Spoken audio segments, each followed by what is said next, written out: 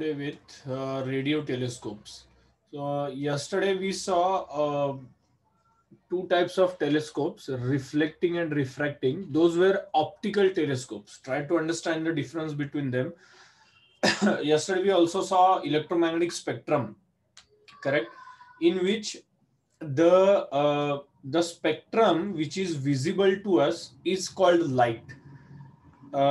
We cannot see radio waves, we cannot see microwaves, we cannot see infrared or even ultraviolet rays, we cannot see x-rays and gamma rays, but they do exist. The objects which emit such kind of electromagnetic radiation, electromagnetic waves, are there in the universe. Okay, म्हणजे आपल्याला दिसत नाही म्हणून ते नाहीये असं नसतं.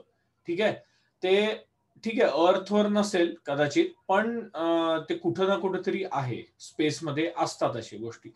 So for that we need to built different types of telescopes. Okay, radio, microwave, infrared, ultraviolet, gamma ray telescope, x-ray telescope, so on and so forth. Okay, so this is all about radio telescopes. Many heavenly objects emit radio waves. तुम्ही तो काय ऋतिक रोशनचा कुठला तो movie Krish का काय, क्रिश 1, 2, 3 तुम्ही may be बघितला असेल ना, का नाही बघितला? बघितलं का? नाही बघितला. बर, ते बघा वाटलं तर तुम्ही, चांगले आहेत म्हणजे, नाही असं नाही. क्रिश 1, 2, 3 असे त्याचे मूवीज आले होते ऋतिक रोशनचे, आणि त्याच्यामध्ये असं दाखवलं होतं की त्याचे जे वडील असतात बेसिकली, म्हणजे त्यानंच काम केलं ऋतिक रोशननी, ते रेडिओ कम्युनिकेशननी एक्स्ट्रा टेरेस्ट्रियल किंवा एलियन्स जे असतात त्यांच्याशी कम्युनिकेट करत असतात असं त्यांनी दाखवलेलं आहे. This has been covered in a lot of other Hollywood movies also. म्हणजे सायफाय मूवीज म्हणतो ना आपण, सायंटिफिक फिक्शन असं, तर त्या मूवीज मध्ये हे कव्हर होतं. अँड दॅट इज नॉट काय म्हणू आपण आता की अरे काहीतरी जगा वेगळंच दाखवतायत, काहीतरी असंच आहे, असं नाही आता. It is a fact that radio waves do exist in the universe and they can be emitted by heavenly objects, or maybe by certain aliens. We cannot confirm the presence of aliens right now, but it could be possible. We cannot see this radiation with our eyes, hence a special type of telescope is used to receive these rays. It is called a radio telescope. Okay, जसा आपला radio receiver आहे, किंवा आता phone आहे आपला, phone पण radio waves वरच काम करतो. ठीक आहे, त्या वेव्हलेंथ मध्येच काम करतो आपले सगळे mobile phones, basically not landline phone, mobile phone. ठीक आहे, रेडिओ कम्युनिकेशनच म्हणतात त्याला. So the special type of electronics have to be designed, or electronic components have to be in place for that reason. It is made from one or more dishes of a particular parabolic shape. Parabola म्हणून एक असा, parabola म्हणजे असा असतो shape त्याचा. It's not a circle, it's a open curve, असा open असतो या साईडला, त्याला पॅराबोला म्हणतात. आपली तुमची टाटा स्काय किंवा डिश टीव्हीची जी डिश आहे बघा, ती तुमच्या टेरेसवर किंवा बाल्कनीमध्ये लावलेली असती, त्याचा शेप जसा असतो ना, एक्झॅक्ट तसा सेमच शेप आहे. तुम्ही जर बघितलं तर त्याला पण असं इथं काहीतरी असं ट्रायंग्युलर असतं, इथं काहीतरी असं एक असं ग्लोब किंवा सिलेंडर टाईप असतं असं इथे. दिस इज कॉल्ड फोकस, ह्याला फोकस म्हणतात. ओके, हे जेव्हा आपण रे डायग्राम काढू ना मिररचे, तेव्हा तुम्हाला हे कळेल डिटेलमध्ये काय असतं ते. ठीक आहे, so this parabolic shape helps to gather the waves. हे बघा, अशी वेव्स ते गॅदर करतात, and after being reflected by this parabolic shape, they get converged at a point. इथे ते कॉन्व्हर्ज होतात आणि त्याला फोकस म्हणतात, किंवा फोकल पॉइंट किंवा प्रिन्सिपल फोकस पण म्हणतात. ठीक आहे, and from this the electronics take over. आपल्याला दिसत नाही, मग कसं बघणार, कसं आपल्याला कळणार कसं की काय आहे काय नक्की. So we implement lot of electronics आणि कम्प्युटर्स वगैरे काय काय आपण इम्प्लिमेंट करतो. Softwares, hardwares are implemented, and then the images are processed, and then we are able to see them on the computer. Okay, as in optical telescope, the incident radio waves are reflected by these dishes and converge at the focus. हे बघा, हा point जो आहे तो तुम्हाला मी सांगितला होता, converge at the focus. A radio receiver is placed at the focal point. हा फोकल पॉइंट जो आहे, फोकस जो आहे, तिथे रेडिओ रिसिव्हर एक असतो असा. The information gathered by this receiver is passed on to a computer which analyzes it and constructs an image of the source. Okay, खूप गोष्टी असतात त्याच्यामध्ये इलेक्ट्रॉनिक्स. आता तुम्ही म्हणाल मग हे डिशचा काय उपयोग आहे? डायरेक्ट रेडिओ रिसिव्हर लावा ना, येतील ना वेव्ज. एवढ्या वीक असतात ते. Try to understand this thing that these waves are coming from billions and trillions kilometre. Kilometre तर काहीच नाही, मी तर म्हणतो अँगस्ट्रॉम युनिट किंवा लाईट इयर्स पण म्हणू शकतो आपण. तुम्हाला लाईट इयर माहिती आहे ना concept? The distance which light can travel in 1 year is called 1 light year. खूप लांब येतात ते.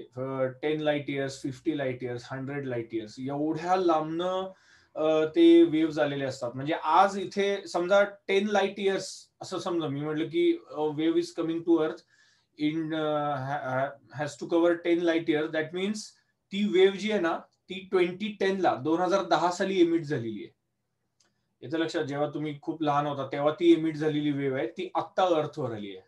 त्याला 10 लाईट इयर्स म्हणतात. 10 वर्षांनी ती पोहोचली. ओके, सो इतक्या लांबनं ते येतात. So the signals are really weak and you cannot simply have the radio receiver and अरे हा आता येतील वेव्स, आता आपण कॅप्चर करू, असं होत नाही. ओके, सो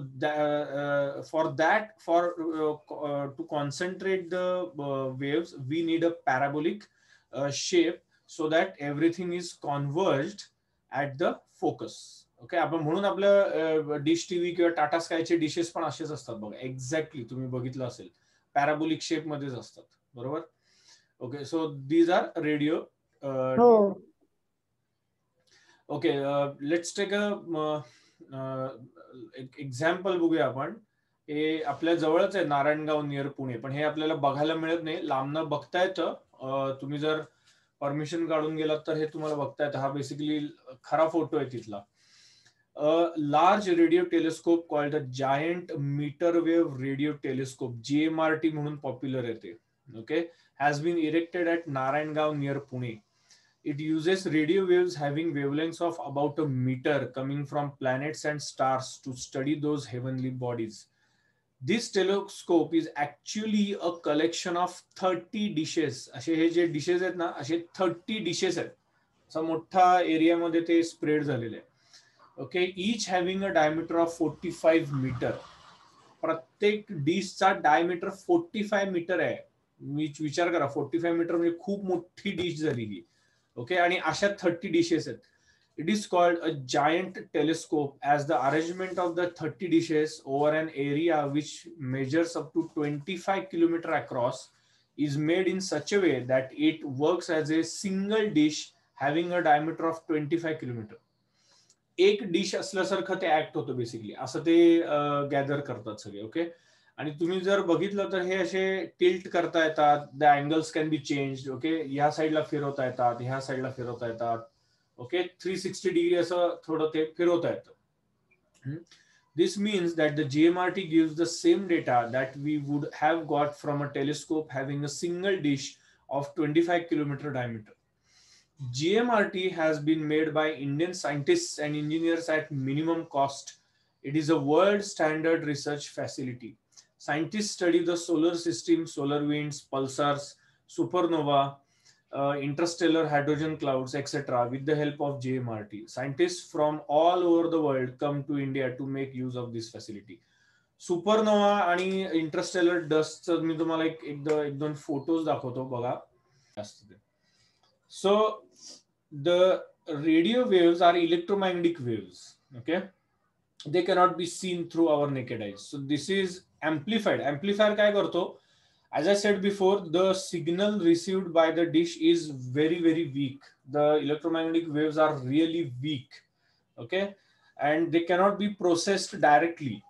असं काहीतरी लगेच प्रोसेस झाला, हा दिला फोटो, असं नसतं. एवढं सोपं नाहीये ते. So the signal has to be amplified. Amplify म्हणजे काय करतात, त्या सिग्नलला बूस्ट करतात. त्या सिग्नलला आपल्या साध्या ह्याच्यामध्ये पण बघा ना, डीजे किंवा काय असतं ना, जेव्हा त्याच्यामध्ये एक साऊंड आणि साऊंड सिस्टीम आणि मध्ये एक एम्प्लिफायर असतो. तो एम्प्लिफायर काय करतो, साऊंड मॅग्निफाय करतो, म्हणजे असं थोडा वाढवतो. तसंच ह्याच्यामध्ये सिग्नल वाढवतात, ते एम्प्लिफाय करतात, स्ट्रेंथ वाढवतात basically, and then it is fed to the computer. Computer analyzes it. It converts the electronic signal into digital. Digitally it converts into visible, म्हणून आपण एक फोटोग्राफ म्हणा किंवा असं एक काही एक पिक्चर टाईप असं त्याच्यामध्ये तो कन्वर्ट करतो. Otherwise as humans we are incapable of looking at it. आपल्याला जर काय दिसलं तरच आपण त्याला म्हणणार आहे, आणि ते तसे प्रोसेसर्स ते बनवतात, सॉफ्टवेअर्स आणि प्रोसेसर्स, आणि त्याच्यामध्ये आपल्याला ते दिसतं. ठीक आहे. Telescopes in space, as we discussed yesterday, that telescopes are on Earth. They are kept on mountains. ब्राझीलमध्ये, साऊथ अमेरिकेमध्ये खूप आहेत असे माउंटन्स ज्याच्यामध्ये टेलिस्कोप्स इन्स्टॉल केलेले आहेत. पेरू, ब्राझील, इक्वेडॉर वगैरे. नंतर US मध्ये आहेत, कॅनडामध्ये आहेत, इंडियामध्ये काही आहेत, रशियामध्ये आहेत, ऑस्ट्रेलियामध्ये आहेत. अशा ते माउंटन पीक्स वर करतात. म्हणजे काय होतं, at least we are away from the city pollution. जे मी तुम्हाला म्हणलं ना, लाईट पोल्युशन, डस्ट पोल्युशन, काय होतं, स्टारचा लाईट जो आहे ना तो येत नाही आपल्यापर्यंत, and that creates a big problem. So what man decided to send telescopes in to the space. त्यांनी असं केलं की यार स्पेसमध्येच आपण टाकून देऊ, म्हणजे बऱ्याचशा गोष्टी क्लिअर होतील. आपण बघूया ड्रॉबॅक्स काय आहेत आणि त्याचे ऍडव्हान्टेजेस काय आहेत. Okay. Visible light and the radio waves emitted by heavenly bodies in space can pass through the Earth's atmosphere and can reach the Earth's surface. So, optical and radio telescopes can be erected on the surface of the Earth. However, these Earth-based telescopes present some problems in making good quality observations. Earth-based telescopes सोपे आहेत, स्वस्त आहेत erect करायला, आणि they are easy to reach. म्हणजे कोणाला काही study करायचं असेल तर तो गाडीने तिकडे जाऊ शकतो, अभ्यास करू शकतो, परत येऊ शकतो. But space based telescopes are really difficult to launch. पहिलं त्याला रॉकेट बनवायला लागेल, मग त्याच्यामध्ये टेलिस्कोप टाकायची, मग ती वरती न्यायची, सोडायची, ती ऑर्बिट मध्ये जायला पाहिजे. बेसिकली सगळं रॉकेट सायन्स याच्यामध्ये येतं बेसिकली, राईट. म्हणजे नुसतं ऑप्टिकल नाहीये, तर रॉकेट सायन्स पण यायला पाहिजे. So this is very difficult. It cost a lot and it's not every country can do. Correct. पण ह्याचे खूप ऍडव्हान्टेजेस आहेत. स्पेस बेस्ड टेलिस्कोपचे खूप ऍडव्हान्टेजेस आहेत. आता आधी आपण अर्थ बेस्ड टेलिस्कोपचे डिसएडव्हान्टेजेस बघू. ते जे डिसएडव्हान्टेजेस आहेत तेच स्पेस बेस्ड टेलिस्कोपचे ऍडव्हान्टेजेस आहेत. बघूया आता. The visible light coming from a heavenly body has to pass through Earth's atmosphere. आता तुम्हाला म्हणलं मी, जसा ऍटमॉस्फिअर मधनं लाईट येतो तसा सिग्नल म्हणा, लाईट म्हणा, whatever, it gets diminished. त्याची स्ट्रेंथ कमी कमी कमी होत जाते हळूहळू. Okay. To reach the earth surface. During this journey, some of the light is absorbed by the atmosphere and the intensity of light reaching the Earth's surface decreases. Intensity of the light decreases. A second problem is caused by the changes in atmospheric pressure and temperature. These changes cause turbulence. म्हणजे असं हवेचं pressure आणि याच्यामुळे टेम्परेचरमुळे turbulence create होतो. Okay.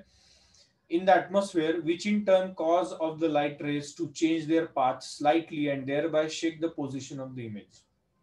The images असे शेक होतात, म्हणजे असे असे ब्लरी टाइप होतात. ओके. शेक होतात ते. Also, because of sunlight, we cannot use optical telescopes during the daytime. आता कुठले कुठले पॉइंट्स आहेत. हा पहिला पॉइंट झाला, इंटेन्सिटी डिक्रीजेस. हा शेक व्हायचा हा दुसरा पॉइंट झाला. आणि मेन पॉइंट काय आहे, you have to observe the sky during the night time only. You cannot observe the sky during, or space, not sky, space during the day time. Can you? No, because there is sun. Sun असल्यावर एक तरी star दिसतो का? नाही दिसत, कधीच नाही दिसत. कधीतरी फुलमून किंवा जर म्हणजे फुलमूनच्या आसपास जर असेल तर मून थोडाफार दिसतो, नाहीतर बाकी काहीच दिसत नाही. बरोबर आहे. So that is the biggest drawback. We cannot observe stars continuously 24 hours. We have to take specific days only. Okay. So because of sunlight, we cannot during the day. Ha झाला third point. Then during the night too, city lights, हे बघा, pollution, city lights and cloudy weather can cause difficulties in observing the heavenly bodies. हा झाला चौथा point. हे 4 main points लक्षात ठेवा तुम्ही. Okay, intensity of light decreases because atmosphere absorbs the light. Secondly, pressure and temperature variation causes turbulence in the atmosphere which shake the position of the image. It becomes blurry. Third, we can only use optical telescopes during the night time and not during the day. And fourth, during the night also, city light, city pollution, cloudy weather may pose some difficulties in observing the heavenly bodies. Okay, हे 4 main points लक्षात ठेवा. So to reduce these problems or to completely eliminate, I would say, optical telescopes are situated on top of mountains. बऱ्यापैकी आपण eliminate करू शकतो mountain वर गेलो की.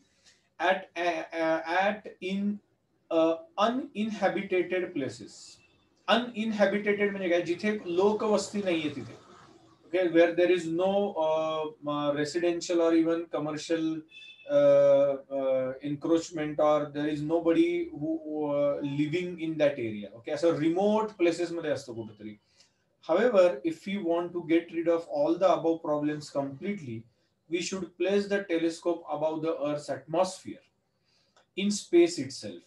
These problems do not exist in the space, and thus the image obtained by space telescopes would be bright and very clear and will remain at one place. Shake nahi honar te. Correct? Scientists have turned this idea into reality. हे शक्य झालेलं आहे. Okay, I said yesterday that Hubble was the first telescope to be launched in such a way. हे बघा. In 1990, बघा 30 years झाले almost, the National Aeronautics and Space Administration launched into space an optical telescope called the Hubble Space Telescope. Hubble नावाचे एक astronaut होते, not astronaut, he was a scientist, आणि त्यांनी खूप याच्यामध्ये त्याच्या आधी म्हणजे हबलच्या आधी बरंच त्यांनी काम केलं होतं, आणि त्यांच्या नावानी हे ओळखलं जातं, जसं फोर्स न्यूटन आहे किंवा वर्क इज ज्यूल, तसं. ओके, हबल टेलिस्कोप, ह्या टेलिस्कोपला त्यांचं नाव दिलं गेलं because of his contribution to in this area. It has a mirror of diameter 94 inches and is orbiting the Earth at a height of 589 kilometer from it. ही अर्थ आहे आणि ही हबल टेलिस्कोप आहे. हबल टेलिस्कोप ऑर्बिट करते. त्याला किती height आहे याच्यापासून? 589 kilometre. अर्थचा radius किती आहे माहिती आहे का तुम्हाला? रेडियस ऑफ अर्थ किती आहे माहिती आहे का? 6400 किलोमीटर. त्या मानानं ही काहीच हाईट नाही आहे, बरोबर आहे. 589 किलोमीटर हाईट आहे, त्याच्यावर ती हबल टेलिस्कोप काय करते, म्हणजे असं ऑर्बिट करते. Orbiting, it is orbiting.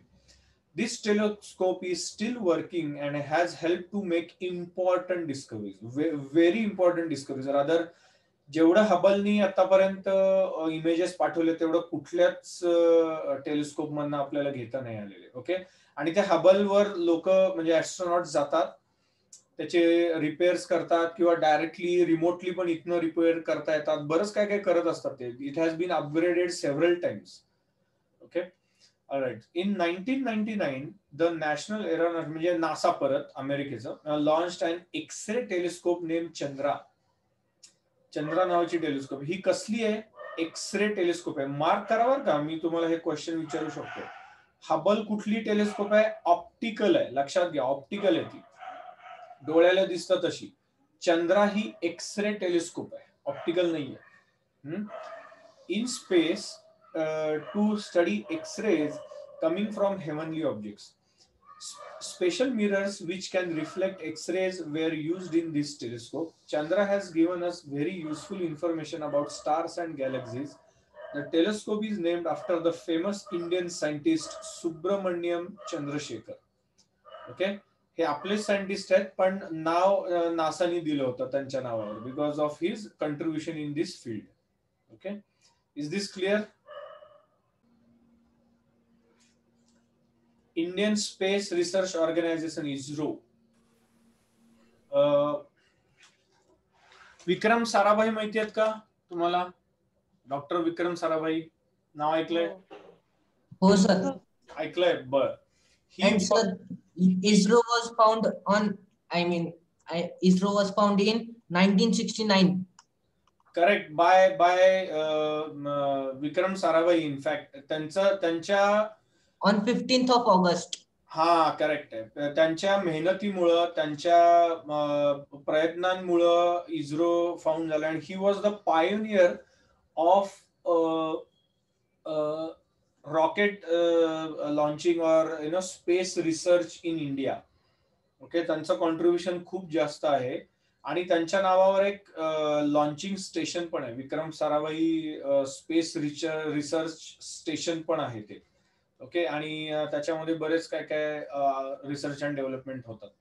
So this institute was established in 1969 with the aim of developing technology for making and launching of artificial satellites. Till date, ISRO has successfully launched a large number of satellites. ISRO's program is foremost among the successful programs undertaken by independent India. India's progress in space science has played a big role in national and social development.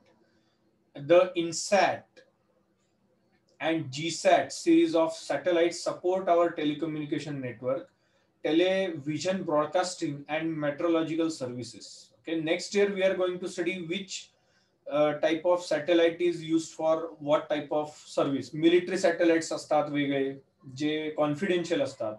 नंतर weather forecasting म्हणजे meteorological असतात. नंतर broadcasting असतात म्हणजे news साठी. नंतर telecommunication साठी असतात, फोन आहे, इंटरनेट आहे. ओके, त्याच्यासाठी वेगळे सॅटेलाइट्स असतात. And there are various orbits, various types of satellites design for that. एज्युकेशनचे टाइपचे थोडे वेगळे असतात. ओके, वेगवेगळे असतात. नेव्हीसाठी वेगळे असतात. Okay, so it is because of them that telephone, television and internet services are available everywhere in the country. Not in the country, हे आपण इस्रो बद्दल म्हणतोय म्हणून, but all over the world. Okay, the EduSat satellite in this series is used exclusively for education. The IRS satellite series is used for monitoring and management of natural resources. म्हणजे कुठे mines आहेत, कुठे natural gases आहेत, कुठे काय आहे, तर कुठे सायक्लोन्स येत आहेत का, किंवा कुठे सुनामी याची शक्यता आहे का, अर्थक्वेक होत आहेत का, ते डिझास्टर मॅनेजमेंटच्या कॅटेगरीत येतात. ओके, ते सगळं कुठे करतात? एज्युसॅटने करतात. ती फक्त नावं लक्षात ठेवा की कुठला सॅटेलाइट कुठे आहे ते. ओके, इनसॅट जीसॅट कशासाठी आहे?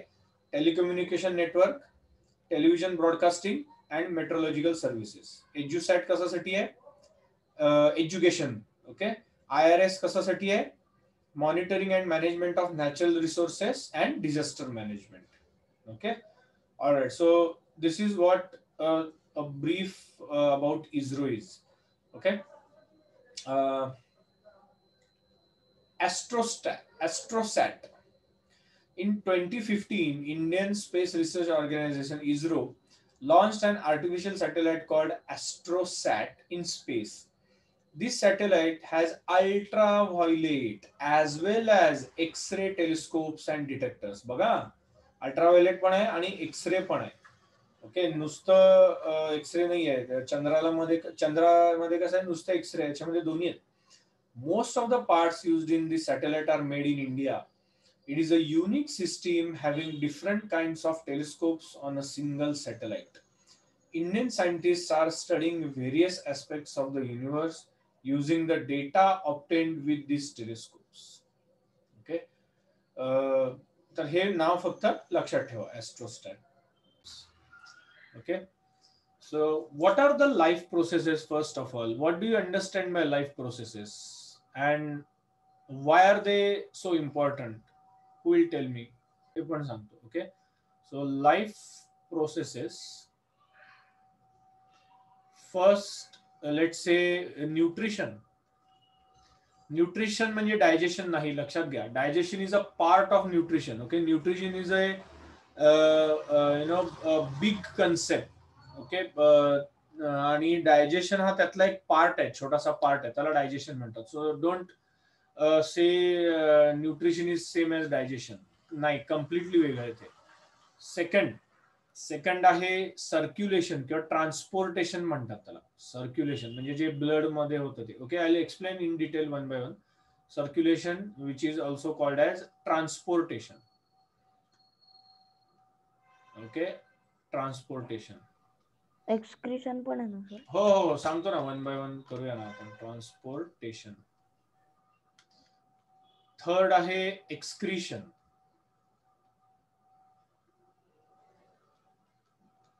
एक्सक्रीशन म्हणजे throwing away the waste products from the body outside the body is called excretion. Okay. Fourth आहे respiration. श्वास घेणे. Respiration is again not same as breathing. Remember, breathing is a purely mechanical process, whereas respiration is a chemical process. त्याच्यामध्ये बरंच काय काय complications, complicated गोष्टी involved असतात. Okay, त्यामुळे ब्रीदिंग जे करतो ना आपण, inhale exhale, that is not respiration. Okay, ते दोन वेगळ्या गोष्टी आहेत. You can say that breathing is a part of respiration. Okay. Fifth आहे control and coordination, which is covered in the next chapter. ह्याच्या पुढचा जो चॅप्टर आहे ना, त्याच्यामध्ये हे सगळं कव्हर केलेलं आहे. कंट्रोल अँड, नेक्स्ट टॉपिक मध्ये control and coordination. Okay, and we are going to study not only in humans, but we are going to study these topics related to plants as well. प्रत्येक topic नाही बघणार आहे आपण, कारण काही topic तुम्हाला 8वीला झाले, काही थोडेसे 10वीला पण आहेत. फॉर एक्झाम्पल रेस्पिरेशन वगैरे थोडंसं त्यांनी 10वीला कव्हर केलेलं आहे. आपल्याला आता एक्सक्रीशन आणि कंट्रोल अँड कोऑर्डिनेशन शिकायचंय. हे दोन पॉइंट या चॅप्टर मध्ये आपल्याला शिकायचे. ठीक आहे. नाव last thing but not the least is reproduction. तुम्ही म्हणाला, अरे ही काय लाईफ प्रोसेस आहे का रिप्रोडक्शन? Yes, of course. रिप्रोडक्शन शिवाय नेक्स्ट जनरेशन येईल का? नाही येणार. There won't be next generation. Then how will life be sustained? Life sustain होण्याचं मार्ग काय? रिप्रोडक्शन आहे. Correct. So reproduction is also considered as the important life processes. हे 6 लाईफ प्रोसेसेस आहेत. त्यातल्या शॉर्ट मध्ये सांगतो. न्यूट्रिशन म्हणजे काय? Taking in the nutrients whatever we eat. Okay, food. Then it is broken down into simpler substances. For example, carbohydrates into glucose, then fats into fatty acids, then proteins into amino acids. Okay, for example, then absorption of nutrients into the blood. ह्या सगळ्या पार्टला nutrition म्हणतात. Okay, very important. आता nutrition मध्ये 5 steps आहेत. Injection म्हणजे खातो आपण ते, देन डायजेशन म्हणजे पचणं, then absorption into the blood, then assimilation म्हणजे सेल्स जे वापरू शकतात, आपल्या बॉडीचे सेल्स आहेत ना, ते युजफुल एनर्जी वापरू शकतात ते, that is called assimilation. And last step is egestion म्हणजे removing of waste products from the body. Okay, from the intestine basically, rectum आणि हे ते तो पार्ट आहे. ओके, नॉट युरिन एक्सक्रिशन मध्ये येतं, तर त्याला न्यूट्रिशन म्हणतात. So digestion is a part of nutrition. Circulation म्हणजे काय? How are these oxygen, nutrients, carbon dioxide, waste products circulated in the body? How are they brought to the lungs? How are they brought to the kidneys? By the blood and by the lymph.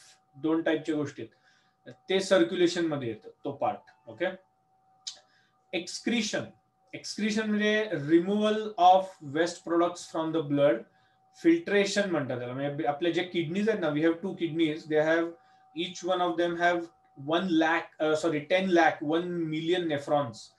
ते nephron आहेत ना, दे act like filtration unit. आपल्या घरी कसं filter असतो ना, ॲक्वागार्ड आहे, हे आहे, काय जे असेल ते, तसं पाणी फिल्टर करतं, तसं आपल्या बॉडीमध्ये किडनीज ब्लड फिल्टर करतात. आणि जे वेस्ट प्रोडक्ट आहे, that is called urine, which consist of urea and other uric acid and other waste products. then it is removed outside the body. हे आपल्याला डिटेल मध्ये स्टडी करायचं आहे. Okay, very interesting topic. Then respiration तर तुम्हाला माहिती आहे आता, lungs, main organ responsible for respiration is lungs, but it is not only limited to lungs, it is also the cells which do respiration. Okay, ते थोडंसं 10वीला थोडा बऱ्यापैकी part हा कव्हर केलेला आहे. Control and coordination. आता मी तुम्हाला सांगतोय, तुम्ही ऐकताय, मी तुम्हाला सांगितलं, तुम्ही लिहून घेतलं, तुम्हाला सांगितलं बुक क्लोज केला, तुम्ही बुक क्लोज केलं, किंवा ओपन करा म्हणलं तुम्ही ओपन केलं. हे कसं कळतंय तुम्हाला? Your brain is processing, how it is getting the input from your ears, then it is being the auditory nerves असतात ऐकणाऱ्या, आणि डोळे असतात म्हणजे ऑप्टिक नर्व्स, ते इलेक्ट्रिकल सिग्नल असतो तो ब्रेन पर्यंत पोहोचवतात, आणि ब्रेन इंटरप्रिट करतो, आणि त्याच्याप्रमाणे तुमचे हात पाय, तुम्हाला बोलायचं असेल तर तुम्ही बोलू शकता. ओके, मग ते कंट्रोल होतं. That is all govern by your brain and spinal cord. Okay, reflex action आपल्याला शिकायचे याच्यामध्ये. खूप खूप मस्त टॉपिक आहे हा, कंट्रोल अँड कोऑर्डिनेशन. प्लांट मध्ये पण आहे आणि ह्युमन्स मध्ये पण आहे. आणि reproduction, of course this is covered in 10th standard, not in 9th standard. Okay, आपल्याला मेनली आता एक्सक्रिशन, कंट्रोल अँड कोऑर्डिनेशन, त्याच्यामध्ये किडनी, नेफ्रॉन हे बघायचं आहे एक्सक्रिशन मध्ये, आणि कंट्रोल अँड कोऑर्डिनेशन मध्ये आपल्याला बघायचं आहे brain, structure of brain, its parts, its functions, then spinal cord रफली, and then we have to study reflex arc also. Okay, reflex arc म्हणजे थोडक्यात सांगतो तुम्हाला, काहीतरी असं समजा काहीतरी एक व्हेसल आहे आणि ते तुम्ही बघितलं आणि तुम्ही त्याला हात लावला आणि you don't know whether it is hot or cold, you just touch it and let say it is very hot. तुम्ही काय करता? चटकन हात बाजूला काढून घेता आणि असं करता की नाही तुम्हाला असं, किंवा काहीतरी पिन टोचली किंवा काहीतरी ब्लेड कट झालं तर कसं तुम्हाला असं लगेच हे होतं, तर that is called reflex action. Okay, ते रिफ्लेक्स ऍक्शन कसं होतं वगैरे ते सगळं आपण आता या चॅप्टर मध्ये बघणार आहे. Okay, one more thing, how do you decide whether the organism is dead or alive? What are the criteria which you will apply depending on these 6 types of life processes, that whether the organism is dead or alive? कसं ठरवाल तुम्ही?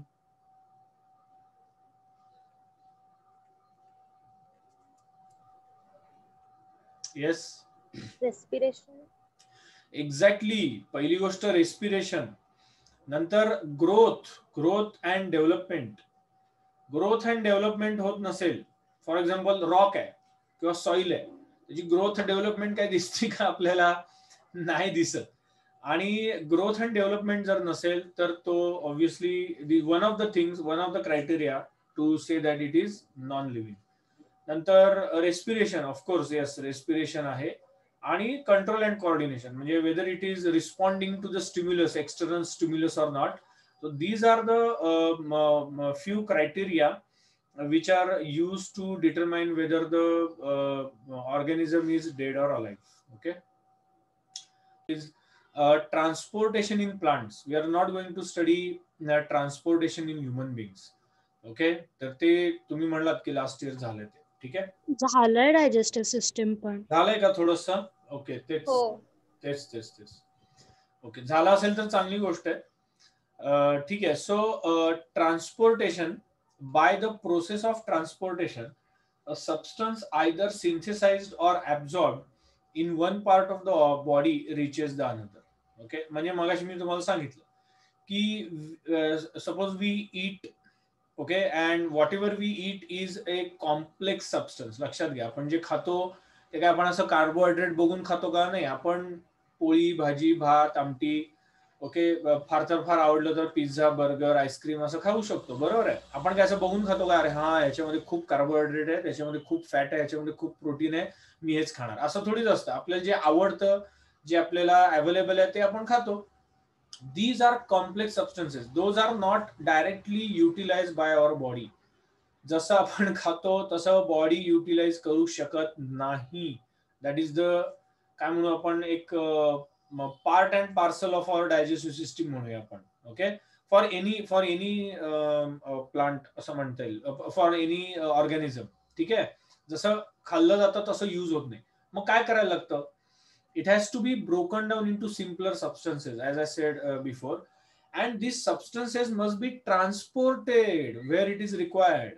आपण माउथनी खातो ते आपल्या stomach मध्ये जातं, मग intestine मध्ये जातं वगैरे वगैरे. ते इंटेस्टाईन मधनं ब्लड मध्ये जायला पाहिजे, and then blood carries it because it is being pumped by the heart throughout the body. It goes to the cells, it goes to the various organs, and then they utilize those simpler substances for energy म्हणा किंवा for the life processes, other life processes. एवढं लक्षात घ्या.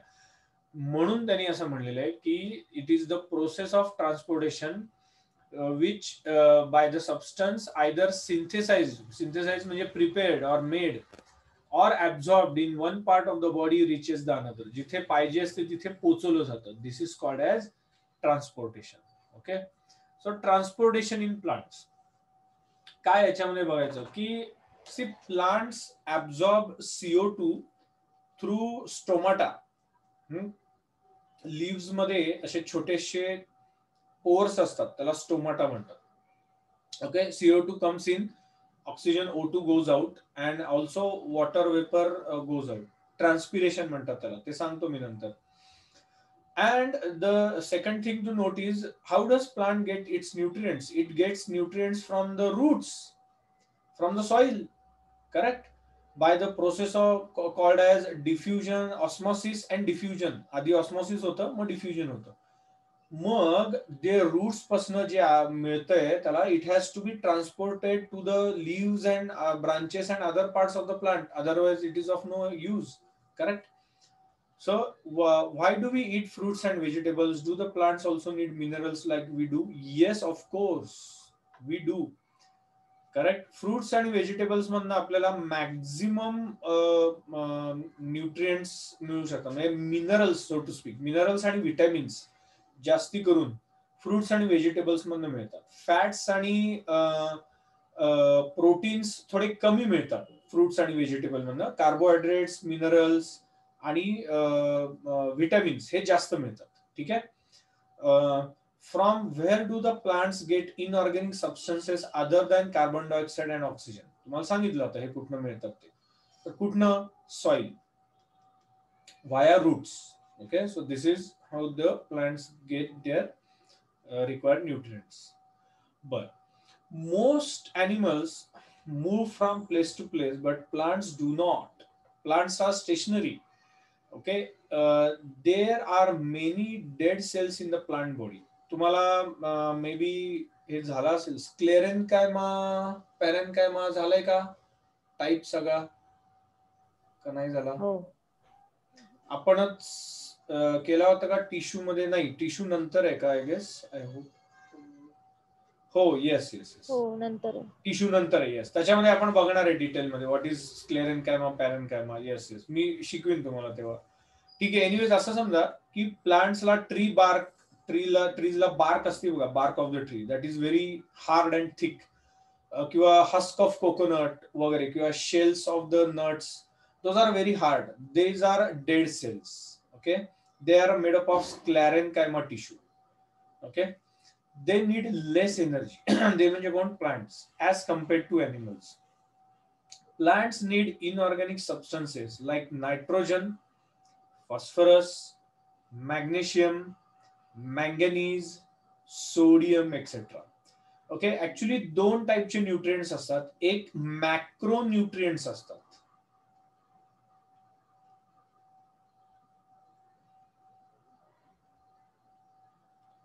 कुठले असतात? मॅक्रोन्यूट्रिएंट्स. मॅक्रोन्यूट्रिएंट्स आणि दुसरे असतात मायक्रोन्यूट्रिएंट्स. मायक्रो, काय फरक आहे दोघांमध्ये? काय सांगता येईल तुम्हाला? हा, yes yes yes, please go ahead. Yes, macro और विजिबल अँड मायक्रो म्हणजे मोठे न्यूट्रन असतात. ठीक आहे. ओके, मॅक्रो म्हणजे लार्ज, म्हणजे मॅक्रो म्हणजे लार्ज. म्हणजे काय की the nutrients which are required in large proportion. For us also, for humans also, macronutrients are only 3: carbohydrates, proteins and fats. हे जास्त लागतात आपल्याला. ओके, मेनली कार्बोहायड्रेट्सच लागतात. जे काय ज्यांना मसल बनवायचे ते ज्यांना जास्त थोडं प्रोटीन लागतं, एवढंच. आणि मॅक्रोन्यूट्रिएंट्स हे लार्ज क्वांटिटी मध्ये लागतात. आणि मायक्रो म्हणजे स्मॉल मायक्रो न्यूट्रिएंट्स हे स्मॉल क्वांटिटीज मध्ये लागतात आपल्याला, युजफुल आहे. Okay, very very small quantity, तर त्याला मायक्रो न्यूट्रिएंट्स म्हणतात. म्हणजे कुठले विटॅमिन्स आणि मिनरल्स. ओके, तसं प्लांटच्या बाबतीत पण आहे. ठीक आहे, हे जे त्यांनी सांगितले की हे लार्ज क्वांटिटीज मध्ये लागतात. कुठले? नायट्रोजन, फॉस्फरस, मॅग्नेशियम, मॅंगनीज आणि sodium. Okay, soil is the nearest and richest source of the substances. Roots of plants absorb these substances from the soil and transport them. There are specific types of tissues to perform this function. The xylem conducts the water, whereas the phloem conducts the food. All parts of the plant are connected with these conducting tissues. Okay, सगळे parts काय आहेत? Conducting टिश्यूनी connect होतात. येथे झायलेम phloem झालंय का तुम्हाला का नाही? Plants do not have heart, they do not have any organs for pumping of nutrients, pumping of SAP और पंपिंग ऑफ वॉटर. नाही होत. मग कसं होणार? They depend on physical activities. ते कसं होतं ना, त्याच्या मागे सगळं बरंचसं फिजिक्स आहे. ते कसं होतं ते बघूया. So there are two ways in which transportation of water in plants can take place. One is called root pressure. Okay, let us try to understand this by doing one activity. You don't have to actually do it.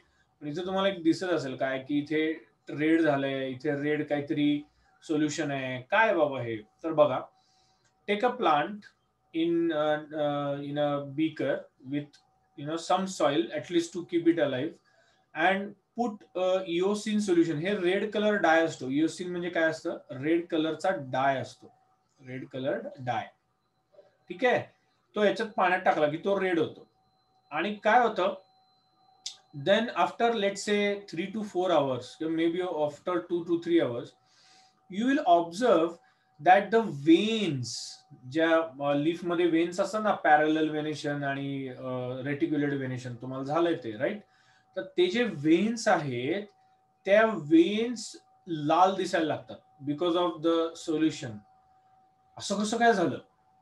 याचाच अर्थ आहे की roots absorb water, त्याच्यामुळेच हे झालेलं आहे. And even the dye, त्यांनी नुसतं वॉटरने ऍब्झॉर्ब केलेलं, त्यांनी डाय किंवा जे मिनरल जे आहेत ते पण त्यांनी ऍब्झॉर्ब केलेलं आहे. ओके, आता थोडंसं डिटेल मध्ये बघूया की एक्झॅक्टली कसं होतं. Okay, so you can see here a cross section of the root. रूटचे जे रूट हेअर्स म्हणतात, they are 1 cell thick. Okay, एक सेल असल्यासारखं आहे हा. ठीक आहे, हे बघा तुम्हाला रूट दिसतंय, त्याचा हा रूट हेअर आहे. and here there are soil particles, okay, in which it is there is much water in it. असं समजा soil particles मध्ये काय आहे? वॉटर आहे. दिस इज कॉल्ड कॉर्टेक्स. कॉर्टेक्स आपल्या ब्रेन मध्ये पण असतो. ठीक आहे, किडनीला पण असतो कॉर्टेक्स. कॉर्टेक्सचा अर्थ समजून घ्या. कॉर्टेक्स म्हणजे आउटर कव्हरिंग, त्याला कव्हरिंग म्हणतात. कॉर्टेक्सचा अर्थ C for cortex, C for covering, simple. त्याच्यानंतर काही सेल्स असतात आणि मग झायलेम असतं. झायलेम म्हणजे द वेसल, म्हणजे आपल्याकडे आपल्या कसे शरीरामध्ये आर्टरीज आणि वेन्स आहेत ना, तसं type. Those vessels which are cylindrical in shape conduct water from roots to the other parts of the plant. ठीक आहे, so root cells are in contact with water and minerals in the soil. Water and minerals enter the cells on the root surface due to differences in concentration. Okay, आता काय होतं? Water soil मध्ये water जास्त आहे, route मध्ये water कमी आहे. मग काय होतं? वॉटर एंटर करतो रूट मध्ये. ओके, रूटच्या सेल मध्ये आत येतं water. This is called as endosmosis. सेलच्या आत पाणी आलं की सेल फुगतो, it swells up. It is called as endosmosis. Osmosis म्हणतात त्याला. एंडो म्हणजे आत येणे. अजून एक असतं टाईप एक्झॉस्मोसिस. तुम्हाला साधं एक्झाम्पल देतो. मनुका घ्या, तुम्ही थोड्या मनुका घ्या. मनुका, काळ्या मनुका माहितीये, बेदाणी मनुका. हा, ते पाण्यामध्ये भिजत घाला रात्रभर. आज रात्री करून बघा आणि उद्या सकाळी बघा ते काय होतात, आणि मला नेक्स्ट सॅटर्डेला सांगा काय होतं. काय होतं तुम्ही बघितलं पण असेल मे बी. काय होतं? सर ते फुगतात. हा कारण पाणी आत जातं, कारण सेल मध्ये पाणी कमी असतं. एक्झॅक्टली. त्या सेल मध्ये शुगर जास्त असते, पाणी कमी असतं मनुकाच्या सेल्स मध्ये. So water concentration on both the sides is different. So water enters from higher concentration to from outside to the lower concentration inside the cell. This is called endosmosis. And the resins म्हणतात त्याला, resins swell up, ते फुगतात. Okay, ह्याच्या विरुद्ध पण होतं. समजा तुम्ही काही गाजराचे तुकडे घेतले किंवा असं काही घेतलं आणि तुम्ही समजा ह्याच्यात टाकले, सॉल्ट सोल्युशन किंवा शुगर सोल्युशन मध्ये टाकले, तर ते गाजर सुरकुततं. कारण काय होतं, गाजरामध्ये थोडं कमी सॉल्ट आणि शुगर असतं आणि वॉटरमध्ये, बाहेरच्या वॉटरमध्ये जास्त असतं. सो गाजर काय करतं, गाजराचे जे सेल्स आहेत they lose water basically. Okay, and then that is why they shrink, असं पण होतं. That is called exosmosis. पण आपल्याला एक्झॉस्मोसिस आता नाही बघायचं, आता आपल्याला एंडोऑस्मोसिस बघायचं आहे. ठीक आहे. So due to endosmosis, water from the soil particles enter the root cells of the root. ठीक आहे. As a result, these cells become turgid. Turgid म्हणजे टम्म फुगणे, swell up. टर्जिड आणि फ्लॅसिड असे दोन शब्द आहेत. टर्जिड म्हणजे काय, swell up, आणि फ्लॅसिड, फ्लॅसिड म्हणजे काय, to shrink. Okay, to shrink. ठीक आहे. So these turgid cells exert pressure on the adjacent cells. आता इमॅजिन करा, हा एक सेल आहे, हा फुगला, हा एंडोऑस्मोसिसने काय झालं, हा टम्म फुगला, कशी पुरी फुगती ना तसं फुगला तो. आणि त्याच्या पुढे बघा कसे 1 by 1 सेल्स आहेत. ओके, ह्याला ऑस्मोसिस म्हणायचं. Okay, when water enters from soil particles in to the first cell, then it is called osmosis. लक्षात घ्या, फार महत्वाचं आहे. अँड वेन दिस काय म्हणू आपण, एका सेलमधनं ह्या सेलमधनं ह्या पार्ट कडे जायला त्याला डिफ्युजन म्हणतात. ओके, आतल्या आत जे आहे ना, एका म्हणजे सेलच्या एका कोपऱ्यातनं दुसऱ्या कोपऱ्यात जायला त्याला डिफ्युजन म्हणतात. Okay, then again using osmosis the other cells swell up. एकमेकांच्या अशा लाईनीमध्ये ते थांबलेत, 1 by 1 they go on becoming turgid. Okay, under the these turgid cells exert pressure on the adjacent cells. This is called root pressure. काय म्हणायचं याला, या फिनॉमिननला, route pressure. फार महत्वाचा पॉइंट आहे हा, खूप खूप इम्पॉर्टंट आहे. Under the effect of this pressure, water and minerals reach the xylem of the roots, and to reduce this difference in concentration, they are continuously pushed forward. म्हणजे पुढेच जातं, असं मागे येत नाही, असं पुढं पुढं पुढं जातं आणि मग वरती जायला लागतं ते पाणी. ठीक आहे, it is push forward. As a result of this continuous movement, a water column is formed, which is continuously pushed ahead. हळू हळू हळू आता, it is a very slow process. This pressure is sufficient to lift the water up in shrubs. हे छोट्या plants मध्ये हे mostly होतं, small plants and small trees. Okay, दुसरा एक मेथड आहे, तो मी नेक्स्ट टाइम कव्हर करतो, ट्रान्सपिरेशन पूल म्हणून. दोघांमध्ये काय डिफरन्स आहे, तर मेन फंडामेंटल डिफरन्स आहे. पण remember one thing, root pressure is effective, okay, is effective only in small plants. Okay, up to certain height, let's say 8-10 feet, not more than that. Shrubs म्हणजे सगळे कॉर्नचं field असेल, rice असेल, wheat असेल, okay, सगळे leafy vegetables असतील, correct, तर त्याच्यामध्ये ते युजफुल आहे सगळ्यांमध्ये. किंवा स्मॉल प्लांट्स आणि स्मॉल ट्रीज मध्ये युजफुल आहे. जे मोठे मोठे ट्रीज आहेत, वुडी प्लांट्स आहेत, लेट्स से मँगो ट्री आहे, सेदर आहे, देवदर आहे, टीक वूड आहे, त्याच्यामध्ये ही प्रोसेस असते, पण it is not so effective because it is a very slow process and it has certain limitations. त्याला हाईटचं लिमिटेशन आहे, जास्त वरती ते जाऊ शकत नाही पाणी. ठीक आहे. So remember, root pressure is only effective in smaller plants and shrubs. Okay.